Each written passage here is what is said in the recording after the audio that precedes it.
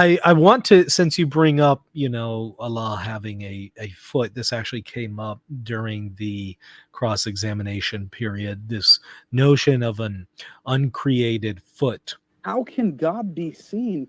I guess, Jay, you're not familiar with our. You're giggling. Yeah, well, that's why we're asking you. Yeah, I'm Jay, answering your question. I'm asking you. And it's showing. How can God be seen? Is he seen with the eyes? Yes, he is. It's showing that your ignorance, that you don't even know. I'm glad you think I'm ignorant, so that's why you get the chance to chance to enlighten us. I'm trying to. So slow down, soldier. If you slow down, soldier, I will. Yes. How is God seen by the eyes?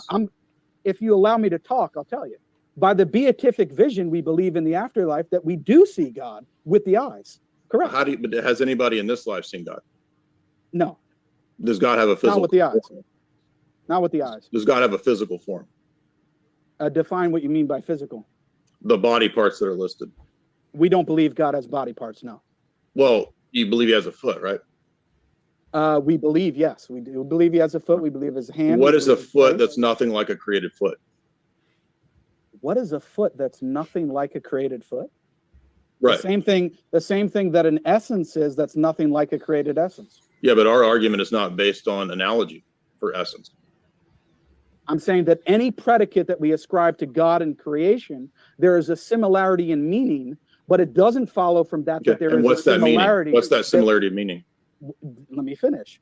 Does not follow from that there is a similarity in ontology, which is completely new. Yeah, I understand. No, I understand that that's the Ibn Taymiyyah position. So I'm asking, what is the similarity? What's the problem with it? What is the similarity? What is the similarity in terms of the meaning? The color. And what is that?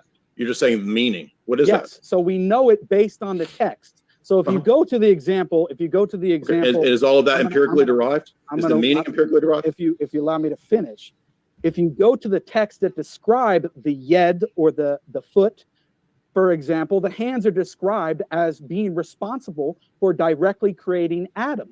So this is how we understand the meanings of the text. So you reference the attributes in context. So you reference another created object, right? What's the created object? The text. No, the text is not created. The text that you read is created, right?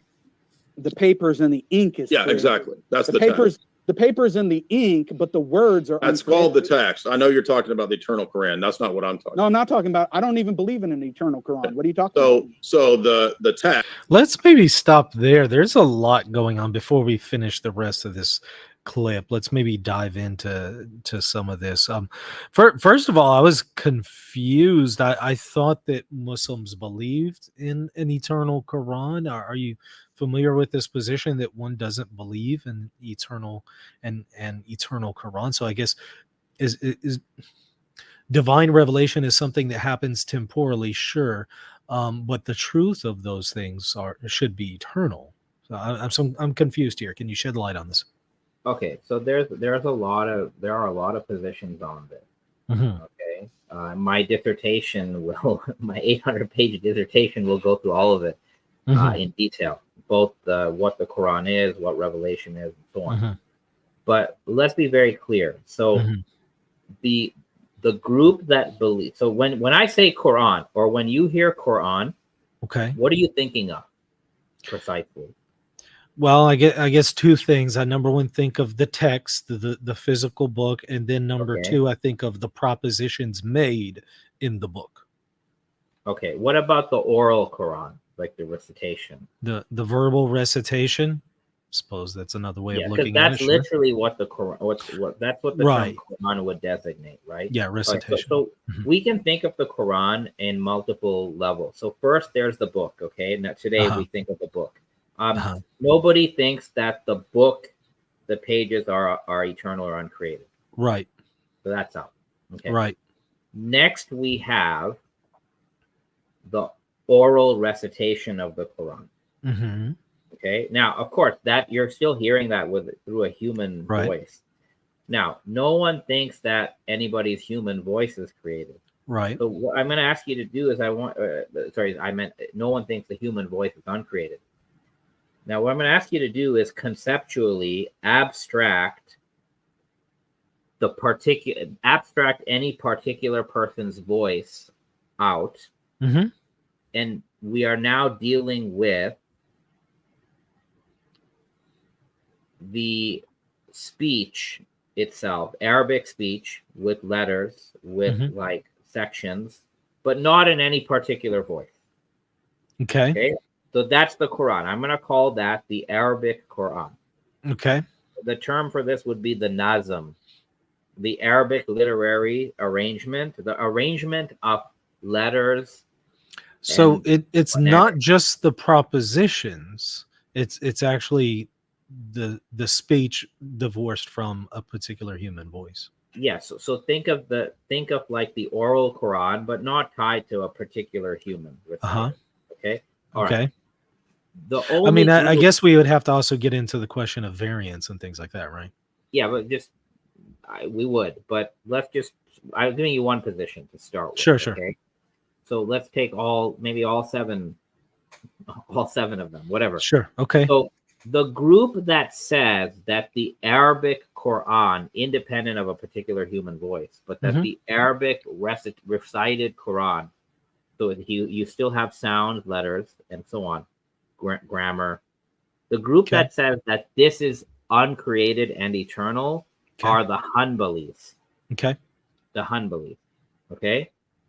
The Asharis do not think that the Arabic Quran, qua sounds, letters, and so on, they don't think that's eternal or uncreated. Okay. The Asharis would say that the meaning of that is uncreated. Okay. The essential meaning. Right. And if you ask them, well, does that consist of propositions? They'll say, we don't know how, because we don't know the how of that. But the Asharis and the Maturidis will say that the uncreated speech of Allah is a eternal divine attribute, and it is not in Arabic. Okay, it's supraverbal. Okay. Right, and they won't be able to describe it any more than that. Okay. All right. They'll say that the Arabic Quran, as well as the original Torah, as well as the original Gospel, those are created recitations of the uncreated speech of God. Is that Jake's position? No, by the way, no. That's the mainstream position. What exactly was his position that he was trying to articulate here? Then Jake's position, which is the Salafi position and the Taimi position, is this: God's ability to speak. And I'm going to repeat that. God's ability to speak, the ability to speak, is eternal and uncreated. The power to speak. Okay. But what God speaks in time, that is the Arabic Quran. Okay. And the spoken Quran, which God utters in time, it has a beginning. So it's temporal. It's not eternal. Right. However, after God speaks the Quran as sound, that speech act subsists inside God. So voluntary attribute? Yeah, voluntary attribute of speech. So God's speech act, which he utters in time based on his power and will, that speech act is temporal, but it subsists in Allah. Therefore, we call it uncreated. It is temporal and uncreated. So I'm going to repeat. According to the theology of the Salafis, the Taimis, which Jake holds, the Quran as a speech act is both temporal and uncreated. And it's uncreated because it inheres within God. It does not inhere on planet Earth or anywhere else that's created. It inheres in the divine essence, so it must be labeled as uncreated, even though it is a temporal speech act. Since it subsists in Allah, does that mean it alters the substance of Allah, if we can even speak that way? Of course, they will all insist that it does not. Okay. But how does it not if it's temporal in nature? This is a question you should ask them, because the obvious argument against this is that it temporalizes Allah. It does cause a change in Allah's essence, because Allah's essence is the locus of temporal accidents, which just keep growing. Yeah, I don't see a way around that, and you've never heard them offer a really cogent response. I mean, I haven't heard it. Maybe they think they have, and if you go Mhm. on YouTube, you might find something. But I would point out that this idea that God has temporal acts that subsist in Him, this is the theology of a group called the Karamis, Karrami, Karamis. They don't exist anymore, Mhm. but they used to exist, and the even traditional Sunnis deem them as heretics because this was their position Mhm. that And God's they act. believed that they were heretics because of this?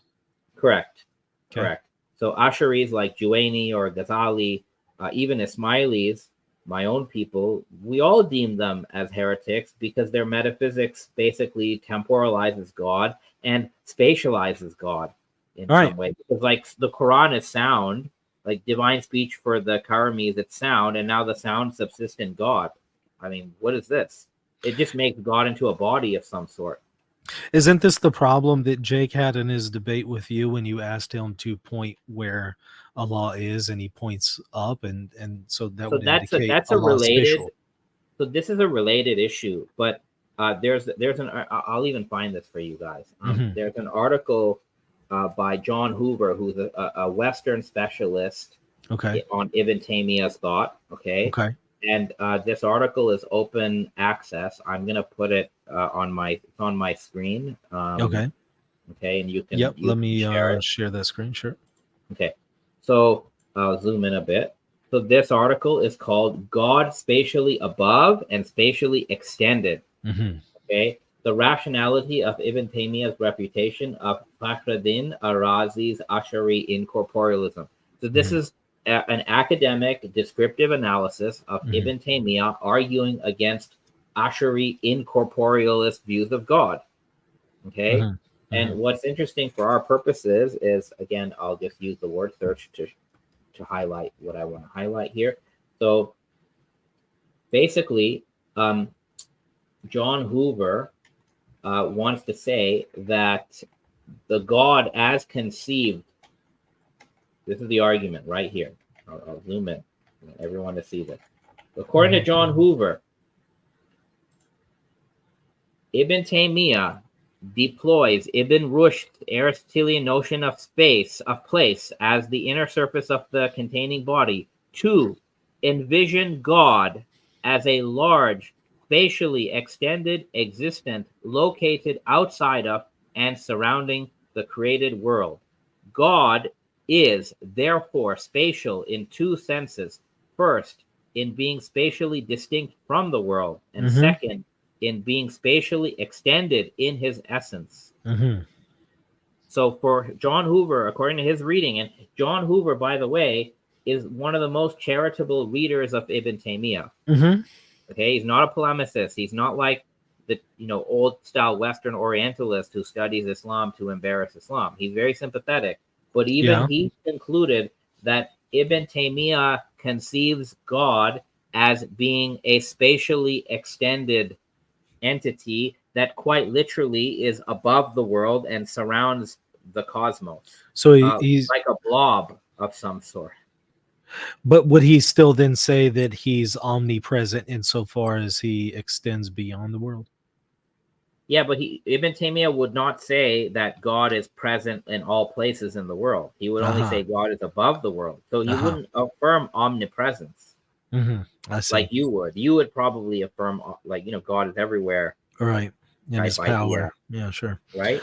Yeah, Ibn Taymiyyah right. will say God is above the world, he's above the throne, right? And he'll interpret all Quranic verses that suggest omnipresence. He'll allegorically interpret those. Like Mhm. the Quran says, God is with you wherever you are. Mhm. Like he is with you wherever you are. The people who follow Ibn Taymiyyah and some of the Hanbalis, they'll say, oh, no, that doesn't mean God is really with you wherever you are. It just means that God is with you in his knowledge insofar as he knows you Mhm. wherever you are. He's Mhm. not, he's really above his throne, they'll say. So they do their own type of allegorical interpretation of the Quran when it contradicts their sort of spatial theology of God.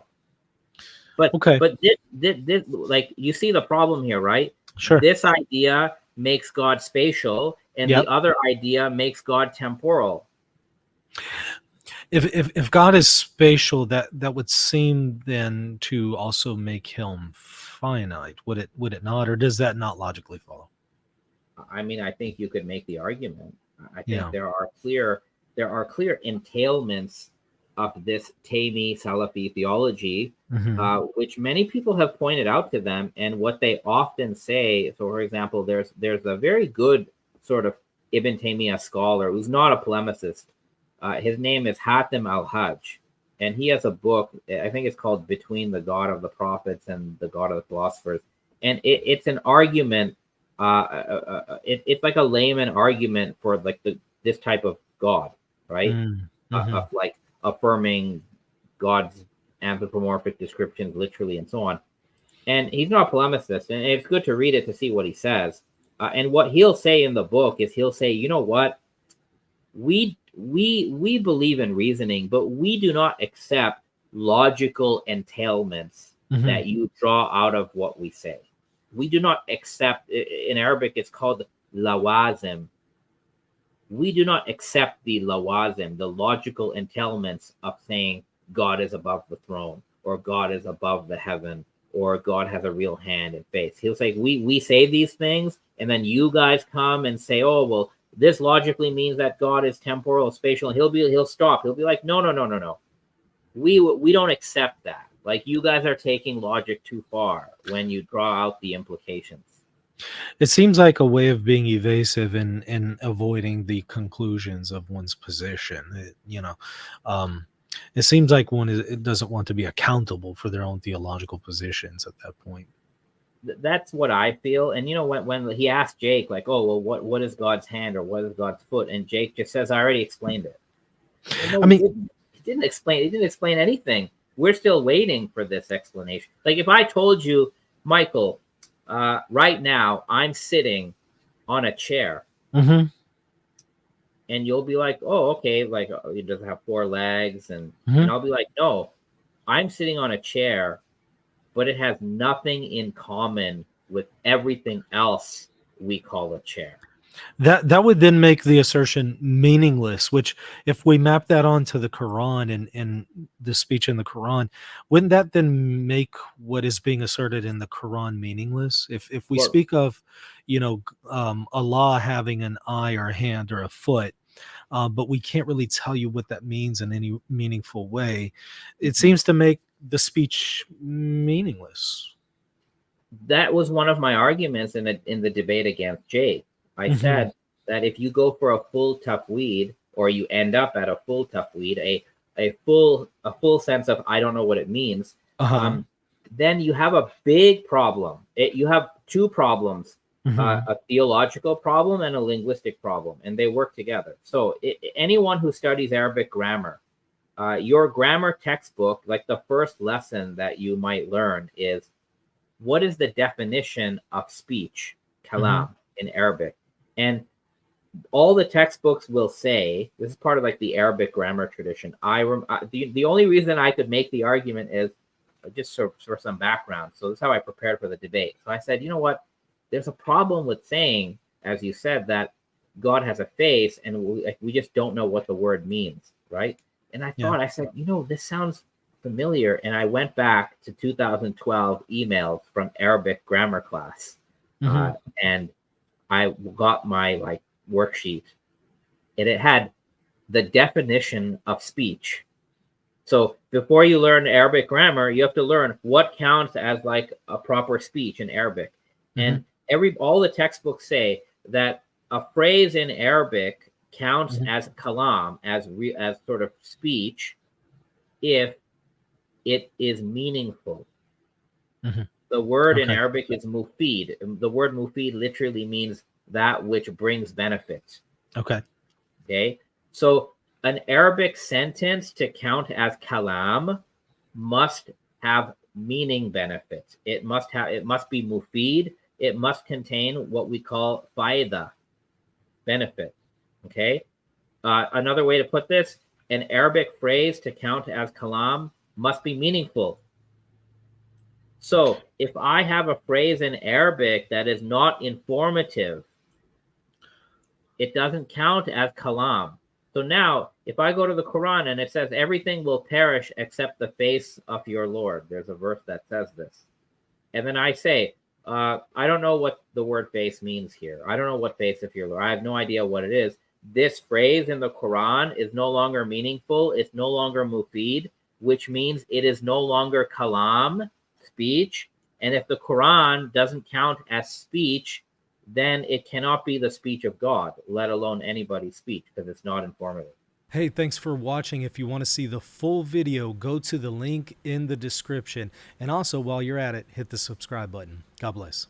Hey friends, do you want others to discover why the Catholic Church is the church that Jesus established? And do you want to help people make sense of all the confusion in the Catholic Church today? Help contribute to this mission by supporting Reason and Theology at patreon.com/Reason and Theology. By doing so, you'll also get access to exclusive content for patrons only. Also, if you want to deepen your faith, there are free ebooks and even courses that you can sign up for by visiting reason.podia.com.